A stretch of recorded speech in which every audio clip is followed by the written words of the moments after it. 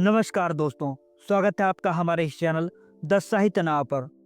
फणीश्वर नाथ रेणु द्वारा लिखित प्रसिद्ध उपन्यास मैला आंचल को आगे बढ़ाते हुए अब चलते हैं उसके पहले खंड के पार्ट 12 की ओर। मठ पर आचार्य रजगुरु आने वाले हैं नए महंत को चादर टीका देने के लिए। मुजफ्फरपुर जिला का एक मूर्ति आया है, लरसिंह दास। आचार्य रजगुरु मुजफ्फरपुर जिले के पुपड़ी मठ पर भंडारा में आए हैं। लरसिंह दास खबर लेकर आया है, आचार्य गुरु आ रहे हैं। मठ के सभी सेवक सती आसपास के बाबू बबुआन लोगों को पहले ही खबर दे दी जाए। रामदास को महंती की टीका मिलेगी। महंत सेवादास का एकमात्र चेला वही है। रामदास सोचता है, यदि खंजड़ी बजाना नहीं जानते तो आज तक बिलाही के जमींदार की भैंस की पूंछ हाथ से नहीं छूटती। महंत साहब उसकी खंजड़ी सुनकर मोहित हो गए और वह रात को ही महंत साहब के साथ भागकर मेरीगंज मठ पर आ गया। 15 साल पहले की बात, 15 साल बाद रामदास का भाग फिरा है। जय हो सदगुरु साहिब की।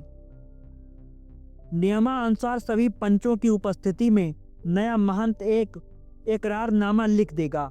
हमेशा लंगोटा बंद रहकर सदगुरु के स्थल की रक्षा करेंगे। किसी तरह का मादक द्रव्य नहीं सेवन करेंगे।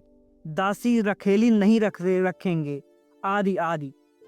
इसके बाद आचार्य गुरु एक सूरत हाल पर दस्तखत करके नए महंत को देंगे। फिर चादर टीका की विधि, दही की टीका और सिर पर दूब धान। बस नए महंत साहेब उस दिन से 900 बिगहे की पत्नी के एकमात्र मालिक हो जाएंगे। लरसिंह दास तो आचार्य जी का संदेश लेकर आया था, किंतु मेरीगंज मठ पर एक ही रात रहने के बाद उस पर महंती का मोह सवार हो गया। 900 बिगहे की काश्तकारी, कलमी आम का बाग, 10 बिगहे में सिर्फ केला ही लगा हुआ है। एक एक गौर में 1000 केले फले हैं। हजरिया केला, 2 कोड़ी गाय, 4 गुजराती भैंस और सबसे कीमती संपत्ति अमूल धन लक्ष्मी दासिन। लक्ष्मी दासिन कहती है, महंत साहब को बस यही एक चेला है रामदास, तो कानूनन रामदास ही होने वाला अधिकारी महंत है। रामदास काठ का उल्लू रामदास सदगुरु हो या अंधेर है, रामदास महंत नहीं हो सकता। छछुंदर की तरह तो सूरत है, वह महंत होगा? नहीं, ऐसा नहीं हो सकता। और यह लक्ष्मी श्राप भ्रष्ट अप्सरा। लक्ष्मी ने लरसिंह दास की आंखों में न जाने क्या देखा है कि उसकी छाया से भी वह बचकर चलती है। रात में किवाड़ मजबूती से बंद करके सोती है। किवाड़ की छिटकिली लगाने के बाद एक ओखल किवाड़ में सटा देती है। लरसिंह दास को शायद बहुमूत्र की बीमारी है। रात भर में 10-11 बार पेशाब करने के लिए उठता है। हर बार धूनी के पास सोया हुआ रामदास उसे टोकता है, कौन? लरसिंह दास किसी बार जवाब नहीं देता। कल रात एक बार गुस्से में जवाब दिया, महंत होने के पहले ही अंधे हो गए हो क्या?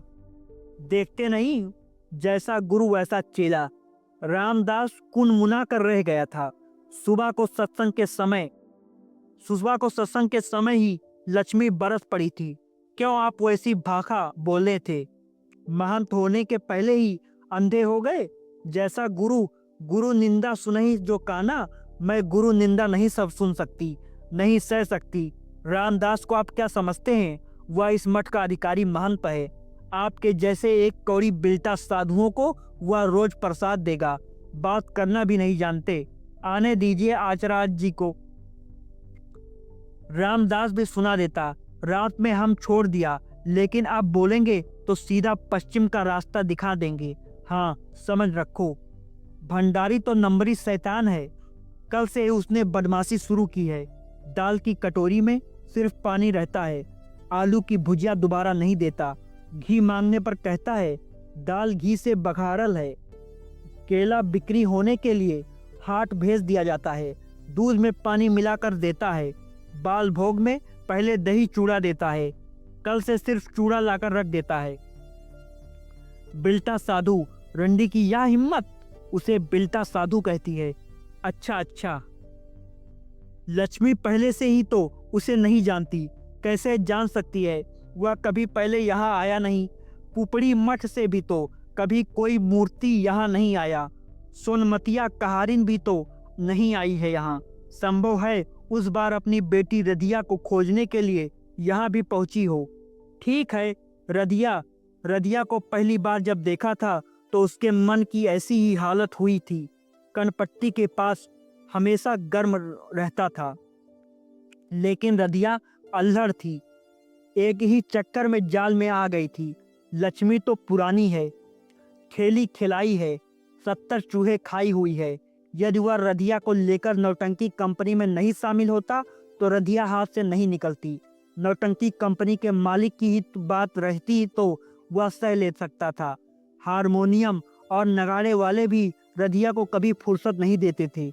कभी ताल का रिहर्सल करना है तो कभी नाच सिखाना है। रधिया साली भी कुत्ती ही थी, वह भी तो बदल गई थी। लरसिंह दास अपने सिर के दाग पर हाथ फेर कर मफलर से ढक लेता है। साले नगारची ने ठीक सामने कपाल पर ही डंडा बच चलाया था। मठ लौटने पर महंत साहब ने खड़ाऊ से मरम्मत की थी, लेकिन 7 दिन से उपवास किए हुए शरीर में इतना दम कहाँ था जो भोगते। सिर का घाव ताजा ही था। महंत साहब की खड़ाऊ गुरु की खड़ाऊ थी। महंत साहब के पैर पर वह लेटा रहा था। वह बहुत दयालु पुरुष थे। लरसिंह दास उनका इकलौता चेला था। गुरु ने क्षमा कर दिया। महंत साहब के शरीर त्यागने के बाद पुपड़ी मठ की महंती उसे ही मिलती, लेकिन रामबरन कोयरी ने उसकी मति फेर दी थी। लरसिंह दास, नेपाली गांजा में बड़ा नफा होता है। 10 रुपए का लाओ और 400 बनाओ। नेपाल में 4 आने शेर गांजा मिलता है। 1276 मेला के समय चलो। महंत साहब ने जब शरीर त्याग किया तो वह जेल में था। महंत साहब ने मरने के समय ज्यूत दास को चेला कबूल कर चील रख लिख दिया, नहीं तो वह भी एक मठ का महंत होता। तब लक्ष्मी उसे बिल्टा साधु नहीं कह सकती। तब तो पैर पखार कर पैर के 10 नाखूनों को धोकर वह प्रेम से चरनोदक पीती, लेकिन वह लक्ष्मी को चरनोदक पिलाकर छोड़ेगा। रामदास क्या है? रामदास मत बोलिए, अधिकारी जी कहिए। कोठारिन से कहो कि लरसिंह दास आज जा रहे हैं। जा रहे हैं तो जाइए, तुम कोठारिन से कहो। तुम ताम मत करो, कोठारिन जी से क्या कहेंगे, या खर्च कल ही कोठारिन जी ने दे दिया है। रामदास झोली से एक 5 रुपए का नोट निकालकर लरसिंह के आगे फेंक देता है। हम पूछना चाहते हैं कि कोठारिन ने तुम्हारा हमारा अपमान काहे किया? हमको बिल्टा काहे बोली? हमारे आचार्य गुरु को काहे गाली दिया? आचार्य गुरु को कब गाली दिया है? बोली नहीं थी? पूजा विदाई लेने के समय आचार्य गुरु को है। बेर बखेत पढ़ने पर सीधा जवाब मिलता है। आज आचार्य गुरु हुए हैं, कल तो गुरु भाई थे। या गाली नहीं तो और क्या है? संसार में सत का भी लेस जरा रहने दीजिए साधु महाराज। लक्ष्मी अंदर से निकल कर कहती है, साधु का काम झूठ बोलना नहीं है। छी छी छी छी, क्या हमको बिल्टा नहीं कहा है? आप तुमने। रामदास, लक्ष्मी गरज उठती है। गर्दनियां देकर निकाल दो इसको। यह साधु नहीं है, राक्षस है। इसके सिर पर माया सवार है। इससे पूछो, आज सवेरे जब मैं स्नान कर रही थी तो बांस की पट्टी में छेद करके यह क्या देखता था? शैतान। लक्ष्मी फुफकारती हुई अंदर चली आती है।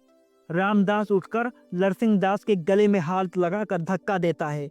लरसिंह दास सीढ़ी पर गिर पड़ता है। नाक से खून निकल रहा है। जय हिंद रामदास जी। क्या है? क्या हुआ? बालदेव जी लहू देखकर घबरा जाते हैं। कुछ नहीं, पचवरिया साधु है, काया में कहीं साधु स्वभाव नहीं। कोठारिन जी से बदकुट्टी करता है। तो मारपीट क्यों हुई? शांति से सब काम करना चाहिए, हिंसा बात नहीं करना चाहिए। रामदास, बालदेव जी को अंदर भेज दो। लरसिंह दास नाक का खून पोंछते हुए देखता है। बालदेव नाम का यह खद्दरधारी आदमी अंदर जा रहा है। सीधे लक्ष्मी की कोठरी में। जय हिंद बालदेव जी। शायद या खद्दरधारी और लक्ष्मी एक ही आसनी पर बैठे हैं, एकदम आसपास, देह से देह सटाकर। अच्छा, वाद विवाद। तो दोस्तों, यह था मैला आंचल उपन्यास का पहले खंड का भाग 12। अब मिलते हैं पहले खंड के पार्ट 13 में। धन्यवाद दोस्तों।